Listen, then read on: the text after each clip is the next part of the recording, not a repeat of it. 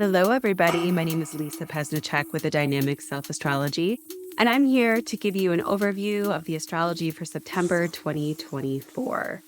This is a verbal dictation of my monthly newsletter. So if you'd like to subscribe to that, please go to my website, which is listed everywhere, and you can easily subscribe to that. So let's jump in.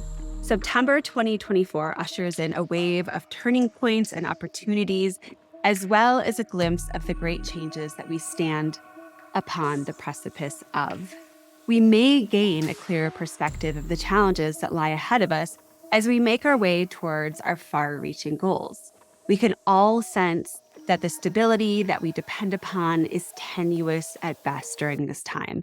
The tenuousness always exists, but as we move deeper into the great change that we are currently waiting within, the fragility is ever more present. So the first bit that we look at is Pluto into Capricorn, a lot happening the first couple days of September.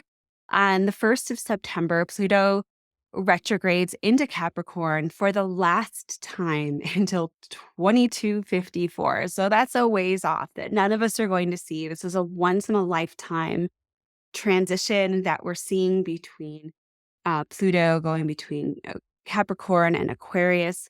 Pluto's journey through Capricorn began in January 2008. Look at your chart to see what houses Pluto has traversed through during its time in Capricorn and what planets or angles Pluto has interacted with during this time.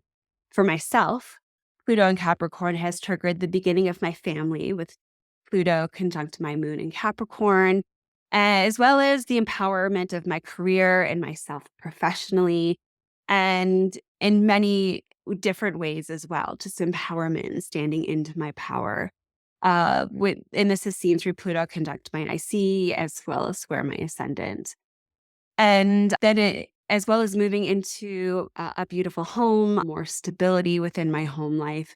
And that's represented with Pluto chiefly being in my 4th house. So moving on, November 19th, 2024, Pluto will enter Aquarius and stay there until 2043. So we've got a long time with Pluto in Aquarius.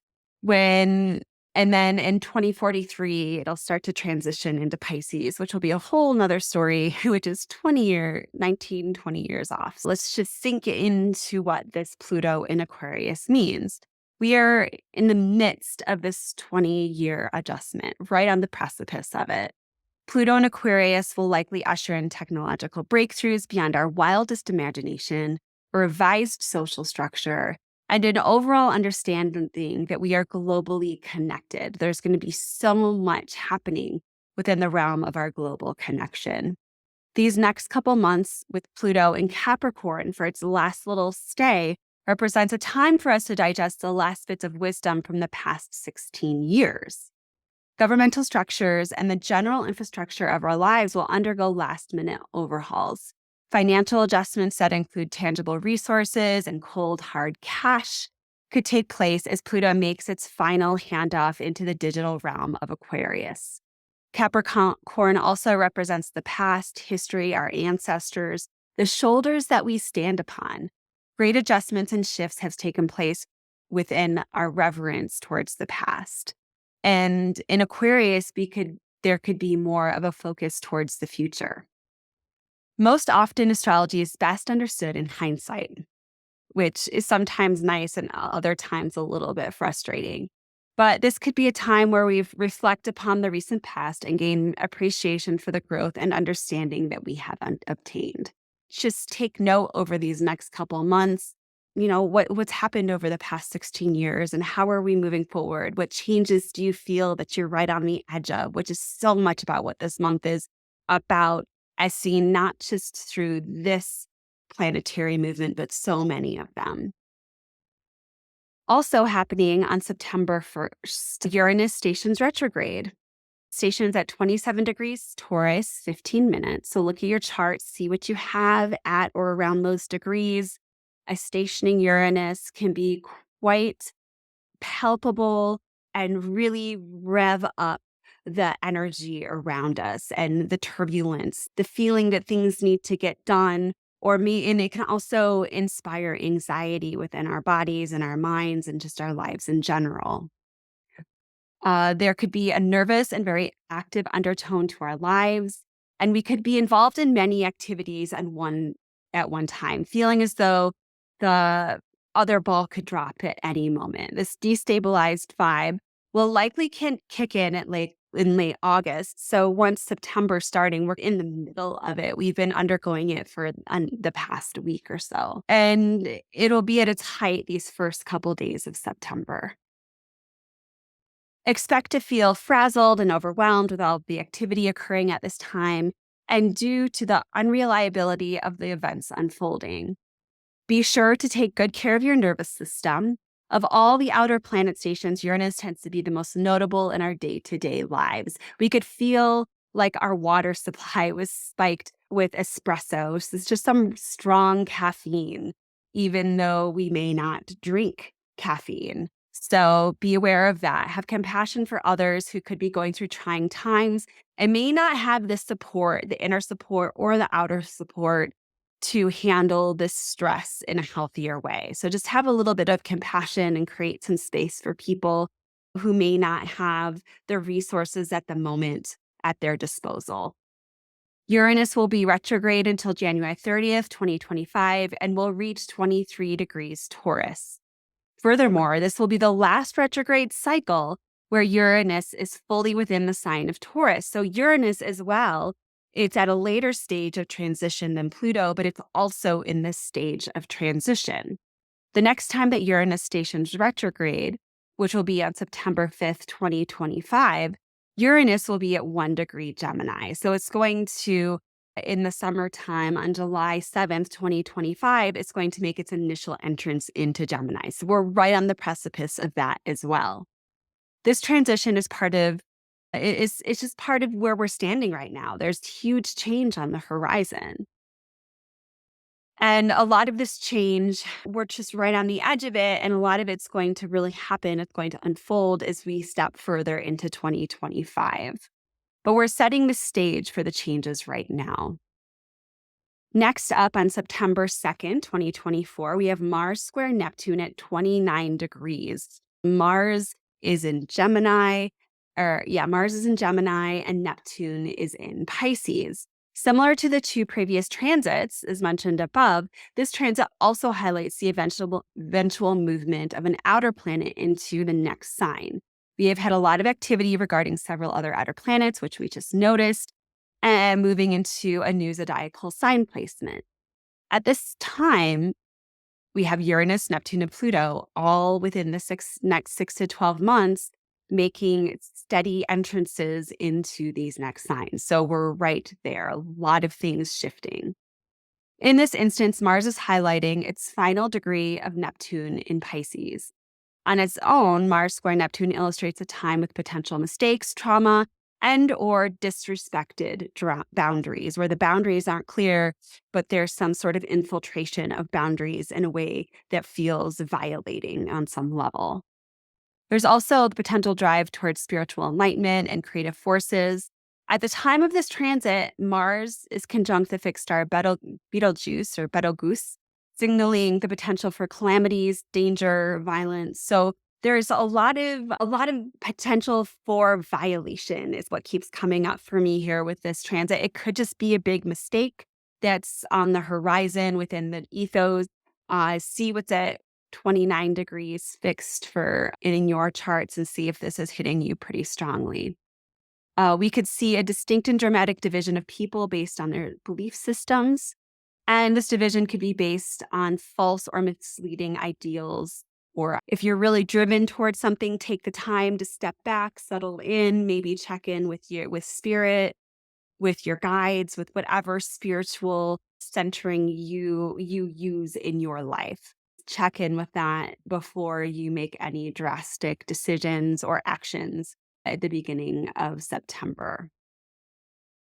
Also on September 2nd, we have the Virgo new moon, which is at 11 degrees Virgo, 4 minutes. From a simple astrological lens, the Virgo new moon is a bit crunchy and then it stands in opposition to Saturn in Pisces. It's an applying opposition, so the feelings and experience of restriction will be elongated into the following week or so. We could be presented with substantial setbacks and hindrances at this time. This could be a checkpoint where we're required to do our due diligence as part of whatever circumstances are being impacted. In addition, the Mars square Neptune, which was just mentioned, is also strongly tied into this lunation. It's perfecting the same day, so both of their energies are very strong. Hence, the topics of irritability, weakness, and the potential for harm to others is strongly highlighted at this time and for the remainder of the month, since the new moon is a predictive tool for the month ahead, which Sarah and I explore in our podcast, Broadcast Astrology, which you guys can all check out at your leisure. All in all, this is a time where we could feel exhausted, even at a standstill due to misuse or overextension of energy. We could experience failure of the overall system at hand. In addition, Mercury is forming an applying square to stationing Uranus, which perfects on September 6th. So there's a lot of irritability coming through at this time, as when people are overstimulated, overwhelmed, and unable to take firm action in their world, there's the potential for reactionary communication, and some of which may or may not be very productive. We see this time is possibly having a lot of action, words that just isn't getting the outcome that's desired and could be creating more tumultuous circumstances than we'd like. So, people's tongues look to be out of the grasp of their higher self at this time. Feelings are high, and the outcomes are likely to not be satisfactory to anyone's standards or expectations. Okay, so that's the beginning of the month. And as we move further towards the middle of the month, we see that Mars moves into Cancer. So the ingress of faster moving planets into a new sign is sometimes noteworthy. I know that some astrologers put more emphasis on it than others.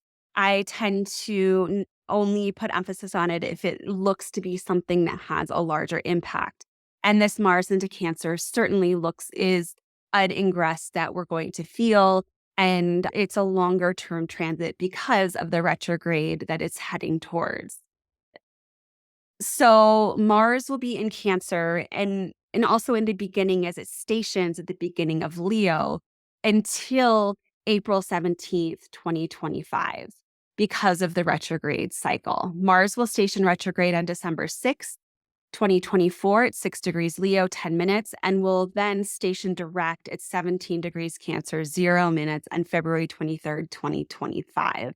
And like I said, it's not going to actually exit the sign of Cancer until April 17th, 2025. So it's a long stay that Mars is going to have in Cancer. So check out where Cancer is in your chart.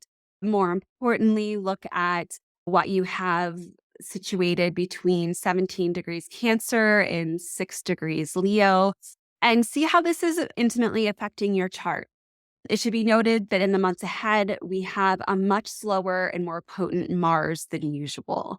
And as Mars slows down to station, both retrograde and direct, this is going to be really prevalent and part of the environment of the upcoming 2024 US presidential election. All right. Next, we step into September 17th and Mars entering, yeah. Okay. So on September 17th, 2024, we have our first eclipse on the Pisces Virgo axis since early 2017, which was when the South Node was in Pisces and the North Node was in Virgo. This time it's switched. The North Node is now in Pisces and the South Node is now in Virgo. This is a hybrid eclipse that we have coming up, where the nodes are in one set of signs, Aries and Libra, and the sun and the moon are in another set of signs. So yeah, what I said before, the nodes are actually in Aries and Libra, but that North Node is associated with Pisces because it's connected to that sign. Okay. So basically, the week or so before, we're in eclipse season. So once the Virgo new moon cools off, we're stepping into eclipse season. So everything's going to feel a little bit more gnarly, a little less tangible, a little bit more like the wheel of fortune is spinning and we're not quite sure where it's going to land. So that's eclipse energy. I like to think of it as though the gravity is a little less gripping. It loosens up a little bit so that our paths forward are just can get spun a little bit into a different direction. And it's where fate, I think, steps in. We see that a lot through eclipses in our chart. And we see that a lot of other places, but I think that eclipses are a really great place where our lives can get spun into whatever direction uh, we're supposed to head in, whether we think we should or not. The eclipse is situated at 25 degrees in Pisces, 40 minutes. The sun is in Virgo, moon is in Pisces. What is most notable about this eclipse is its close proximity to Neptune. Neptune is at 28 degrees Pisces, 35 minutes. The Neptunian theme this month is very strong. Neptune's influence will be undeniable, especially around this time. We're going to see it kicking up when we have the Mars square Neptune. And as we start to shift into eclipse season, this Neptune is going to start to take center stage. So just prepare for that. Top of mind with this Neptune influence, I think of exhaustion, I think of overwhelm, which we touched on earlier. And this is something that a lot of people are probably going to be dealing with in a lot of different ways. Eclipse season on its own tends to drain people, but with Neptune so intimately involved, you really need to take extra special care of yourself. In addition, we could be blindsided by the events of this time, which is also something that I think really is a potential towards the beginning of the month as well. The unimaginable becoming manifest or lies being woven into the fabric of our lives. On a more positive note, there could be deep felt moments of compassion and spiritual insight. Creative realms could flourish at this time. Broadly, we are being immersed into the nebulous realm, a time when boundaries are less established than normal. So this kind of just adds to the mysterious feeling of eclipse season, which can wear us out because the boundaries are thinner between the veil, between the material world and the other side. I highly recommend that you plan for downtime and or days off during this eclipse season. And that's from approximately September 10th until October 9th, 2024. So that's a good month. Just take it easy. Don't put any big deadlines on your agenda at this time. Plan downtime, massages, meditation, days where you have little to nothing on your schedule, just so that you can recover from the intense and potentially overwhelming energy at this time. Neptune is adamant about us being in touch with the subtle parts of our lives. If we don't slow down to appreciate the subtle nature of ourselves, of the world around us, of the world within us, then Neptune can take us down through sickness or depression. Bottom line, if you don't put the brakes on and check in with your spirit, with your deeper self, do your prayers, go to church, whatever it is that you do, Neptune will very easily step in and just knock you out and be like, you're going to go down anyways. Take it for someone who's definitely dealt with that many times in her life and just be proactive to schedule the time to relax and to surrender. The last little bit that I wanted to comment on in the time between the next 2 weeks after the September 17th eclipse, I believe that the next eclipse is, October 2nd, that we're just in this eclipse energy. So even though I don't have a ton of huge transits to talk about in between this time, there is still going to be this fateful unfolding that we're all dealing with on some level. So for some people, it's going to be stronger than others. So and the last thing I'm focusing on is Mercury. At the end of the month, Mercury spotlights the activity via trine to Uranus at September 24th. And on September 25th, Mercury perfects both an opposition to Neptune and a trine to Pluto. Why this is so important is because it brings us back to the beginning of this month's discussion. Mercury will be interacting with the outer planets as they reach the final degrees of their respective signs. So we're getting more communication, more information about what it means to be at the end of these cycles. Mercury's correspondence from Virgo to Pluto and Capricorn and Neptune and Pisces in particular are at their bitter end. We could see stories emerge that are telling the story of these outer planet placements. We could see an end to an era coming to pass. This is also a time when communication and information could be heightened in a variety of different ways. We could be inundated with ideas and a need to take action on these ideas in a very profound way. The world at large, as well as individuals in general, have something important to say. This could be a reflection of the election process coming closer and the impact that the constant stream of chatter and banter can have on us personally. On September 30th, Mercury conjuncts with the Sun, indicating a time of clarity and forward thinking, almost like there's an epiphany at the end of all of Mercury's meeting with these outer planets. There's almost some sort of a closure or a clear view that we could potentially obtain by the end of the month. That being also heightened because we are in eclipse season, so always keeping that in mind. Remember that this mercurial whirlwind is taking place in the middle of eclipse season.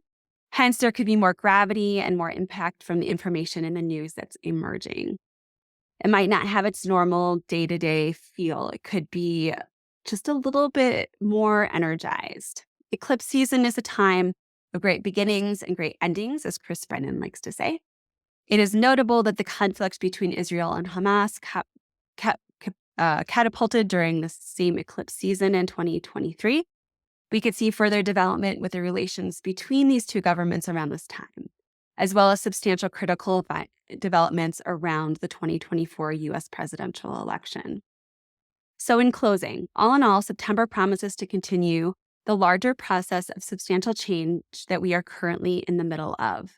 Not only is the United States in the midst of great change, but the world is as well. The US is in the midst of its Pluto return, as it has been for several years, and as that completes, the US Uranus return will kick into high gear. So we're not done, basically, once this Pluto return, which we've been speaking of and I've been writing about to some degree, once it culminates in the next year. What this means is that the United States is being forced to clear out many of the skeletons in its closet, sometimes by living out those skeletons in a sometimes uncomfortable and messy way. So we're in this messy process of what are we sitting upon? What are all these things that we've hidden underneath us and stuffed away that we don't want to deal with? A lot of that's coming up. And I think that we can see this through having a woman of color running for president and just what that's going to bring up. And we might see a lot of that coming up this month and in the following months to come, in following years to come, as that becomes something that's moving forward. We can't live in the same world of racism and sexism that we have. There's big change that the United States is undergoing, whether it looks like that at the moment or not. And it's hard to say exactly what direction it's going to go in, but these look to be some of the big themes at hand. So I suspect that the next step will come from some sort of form of revolution, an immense shakeup, and that could be through substantial reform or turbulent uprising of some kind. And that's in the coming years as we start moving towards the US Uranus return. So we're in the midst of bringing out all the muck and on the brink of a revolutionary transition of some kind.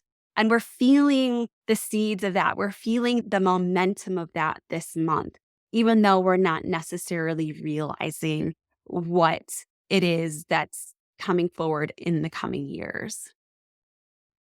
Because one is coming after the other, so the Pluto then return, then the Uranus return, I suspect that the outcome will be central to the story of the United States. We are currently in the story, so it's impossible to really see the trajectory. As always, remember to take good care of yourselves, one step at a time. Each of us has a responsibility in our own significant way on nurture and feed your light in order to feed into a positive outcome for our world, for our country, for our children, and just the future of humankind in general. Each of us has gifts. Each of us has light. Each of us has a core, meaningful purpose to being here in this lifetime. And I really encourage you to sit in that and feel into that in the moments that you put aside for quiet and peace and moving inwards this month. No pressure. It's all good. We're all in this together. Lots of love to each and every one of you. We'll see you next month. I'll see you next month as in the middle of eclipse season. Take care, everybody.